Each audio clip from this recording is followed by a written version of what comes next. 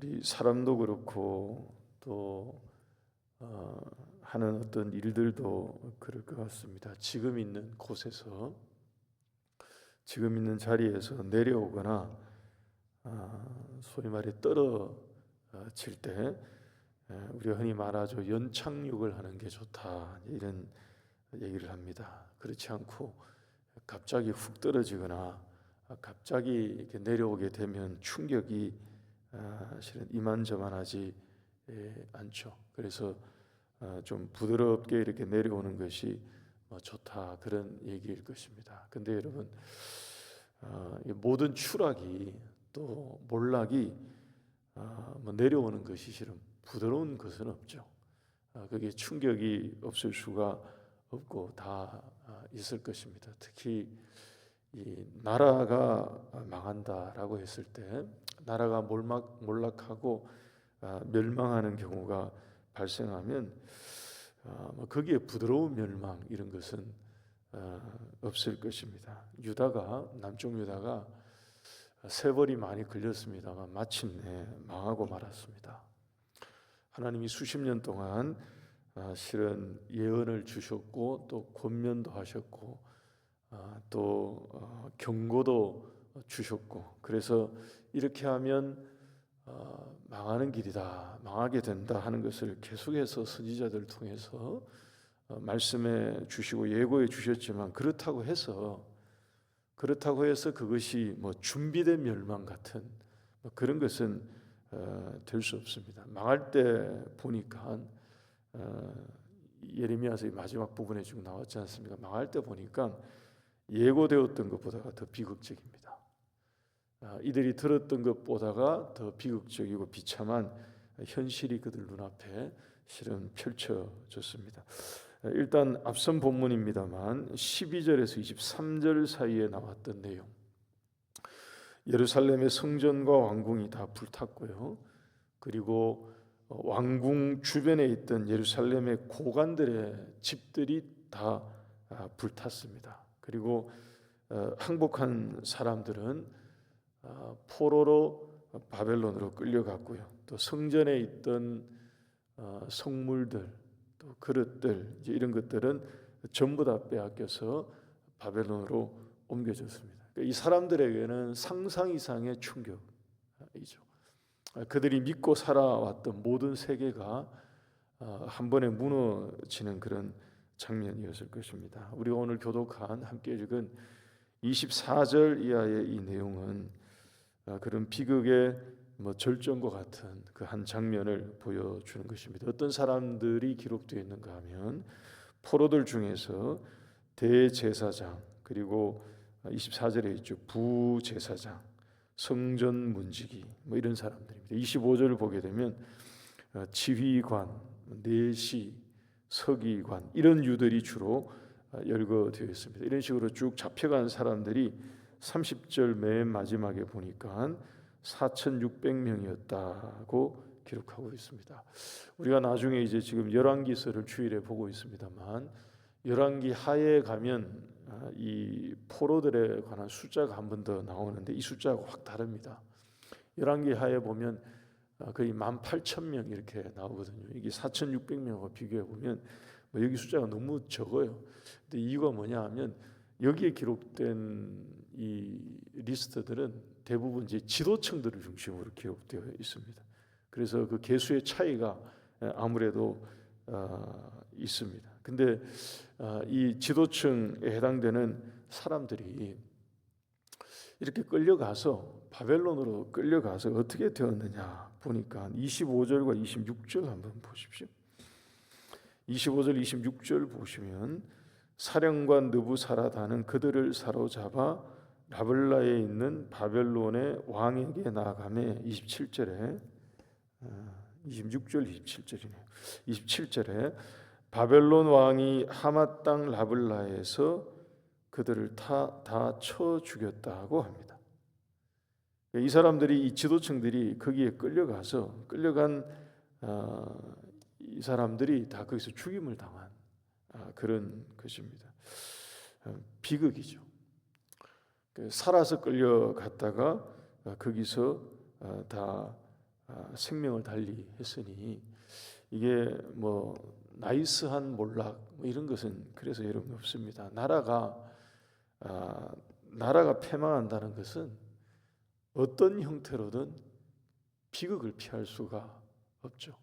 그것은 뭐 다른 스토리가 될 수가 없습니다. 특별히 오늘 이 본문에 나오는 이런 장면은 동서고금을 막론하고 한 국가가 망하게 되면 거기에 관여되었던 그 사회에 관여되었던 지도층들은 피할 수 없는 대부분 다 숙청을 당해왔던 것으로 그렇게 알고 있습니다. 이전에도 한번 말씀을 나누었던 것 같습니다. 우리 교회가 있는 이 동네 청계산 이 자락을 올라가면 이제 국사봉이라고 있죠. 아마 다녀와 보신 분들은 다 아실 겁니다. 국사봉이 있는데 처음에 갔을 때 맨 처음에 갔을 때 거기 보니까 이렇게 사연이 적혀 있더라고요. 거기가 왜 이름이 국사봉인지, 고려가 망하고 난 다음에 고려의 충신들이 신하들이 쫓겨나서 이 청계산 자락에 몸을 숨기고 여기서 살았다고 합니다. 그래서 그들이 가끔씩 저 봉우리에 올라서 나라를 생각했다고 해서 국사봉, 고려의 신하들이 여기에 뭐 그런 심정으로 숨어 살았다 하는 뭐 그런 얘기죠. 근데 거기서 조금 더 가면 이수봉 지나가지고 가면 만경대라고 있거든요. 그 만경대 가는 길에도 보면 이렇게 막 사연을 적어놓은 이 설명판 같은 게 있습니다. 왜 이름이 만경대인가 그러면 거기에 있는 그 신하들이 충신들이 그 만경대에 올라서 그 경자가 개경의 경자라고 하더라고요. 개경 쪽을 보면서 수도를 그리워하는, 거리가 제법 됐을 텐데 나라가 망하니까 그 개경에 있던 고려의 충신들이 쫓겨나서 이 청계산 자락까지 내려왔으니 우리가 뭐 지금 살고 있는 이 지역이 제법 역사적인 그런 곳이구나 하는 생각을 처음에 하기도 했습니다. 그러니까 국가가 망하니까, 나라가 망하니까 거기에 관여했던 지도층들이 실은 살 수 없죠. 백성들은 삽니다. 그러니까 일반 국민들은 거기에 살 수 있어도 거기 지도층들은 살 수 없고 숙청을 당하고 쫓겨나거나 죽임을 당하는, 뭐 요즘도 여러분 다르지는 않을 것입니다. 우리가 6.25에 관한 얘기를 많이 들었을 텐데, 공산당이 들어왔을 때 동네마다 가장 먼저 사회 지도층들을 다 잡아갔다고 하죠. 공무원들, 뭐 교사들, 또 경찰들, 종교인들, 뭐 이런 사람들은 그냥 다 조사해서 빠짐없이 먼저 다 잡아가는. 바벨론에 의해서 유다가 멸망하니까 결코 아름답지가 않습니다. 조용하지도 않고요, 부드럽지도 않고 뭐 그런 것으로 나타나지 않습니다. 하나님의 뜻이었지만, 하나님의 뜻 가운데에 유다가 바벨론에 의해서 멸망을 당하는 것이지만, 여러분 이것은 유다에 대한 준엄한 심판이었습니다. 하나님의 징계였고 하나님의 징치하시는 결정이었기 때문에 여러분 이것은 굉장히 무섭고 또 준엄하고 두려운 그런 결과를 피할 수가 없는 그런 것이었습니다. 우리가 이런 말씀을 통해서, 이게 예레미야서 마지막 장 마지막 부분이거든요. 이런 말씀을 통해서 나라를 위해, 국가를 위해 우리가 마음을 모으고 그리고 더 간절히 기도해야 할 것입니다. 그런데 이 마지막 부분에 오게 되면 이 내용과 좀 다른 색다른 장면을 좀 덧붙여 주십니다.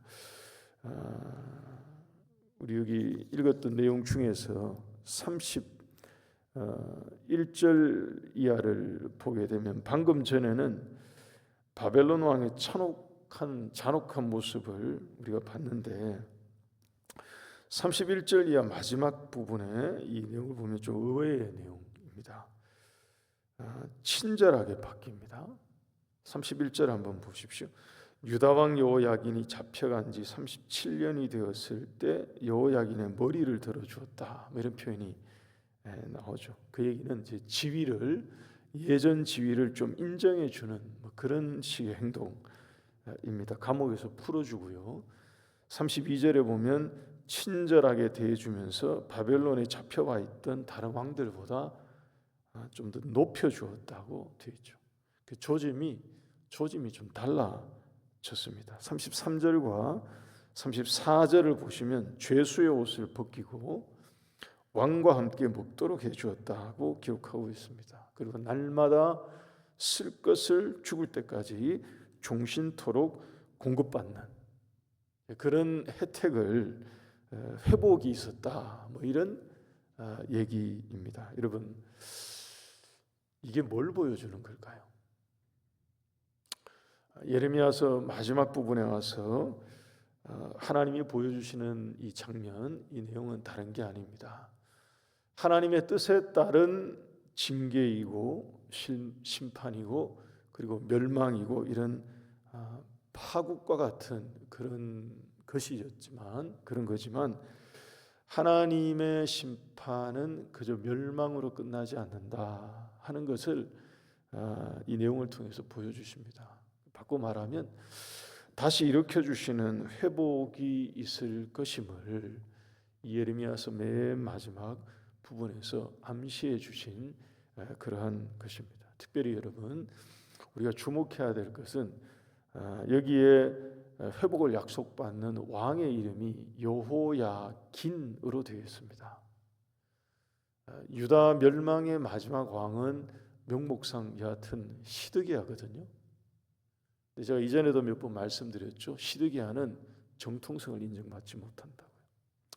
하나님 앞에서도 그렇고요. 이 사람들 앞에서도 그랬습니다. 시드기야는 바벨론이 자기들의 꼭두가시로 마지막에 그냥 이렇게 당신이 하시오 하고 세워놓은 거기 때문에 그 아버지의 아들도 아닙니다. 유다의 정통성을, 왕조의 정통성을 사실은 이어받지 못한 그런 인물입니다. 그래서 그 직전 왕인 요야긴의 이름이 마지막에 이렇게 언급이 됩니다. 바벨론의 포로로 끌려갔지만 적절한 때가 되면 하나님께서 바벨론 왕을 통해서 그의 지위를 다시 복권시켜주는, 회복시켜주는 이런 것이 있을 것을 암시해 주신 것입니다. 그래서 하나님의 징계를 받아서, 하나님의 심판을 받아서 이 남쪽 유다가 망하지만 하나님이 처음부터 뜻을 두시고 정하셨던 다윗 왕조를 다시 일으키실 것이다 하는 것을 우리에게 보여줍니다. 우리는 이것이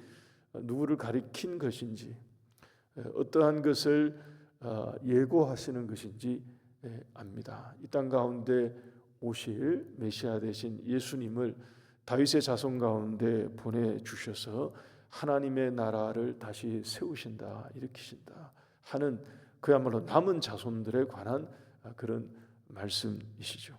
우리가 이 마지막 말씀을 통해서 또 배우게 되는 것은, 깨닫게 되는 것은 소망을 잃지 않도록 해주시는, 그러니까 이 눈물의 선지자입니다. 예레미야는 눈물의 선지자로 눈물로 예언한 그러한 예언이지만 하나님은 이 마지막에 왔어도 소망과 희망을 잃지 않도록 이런 말씀을 주시고 다시 살게 해 주시는 것입니다. 상한 갈대를 꺾지 아니하시고 또 꺼져가는 그 등불을, 심지를 끄지 아니하시는 그런 하나님의 마음과 같은, 우리가 이러한 하나님의 마음과 섭리를 믿고 오늘도 주 안에서 살아가는 우리 모두가 될 수 있기를 주의 이름으로 축원합니다.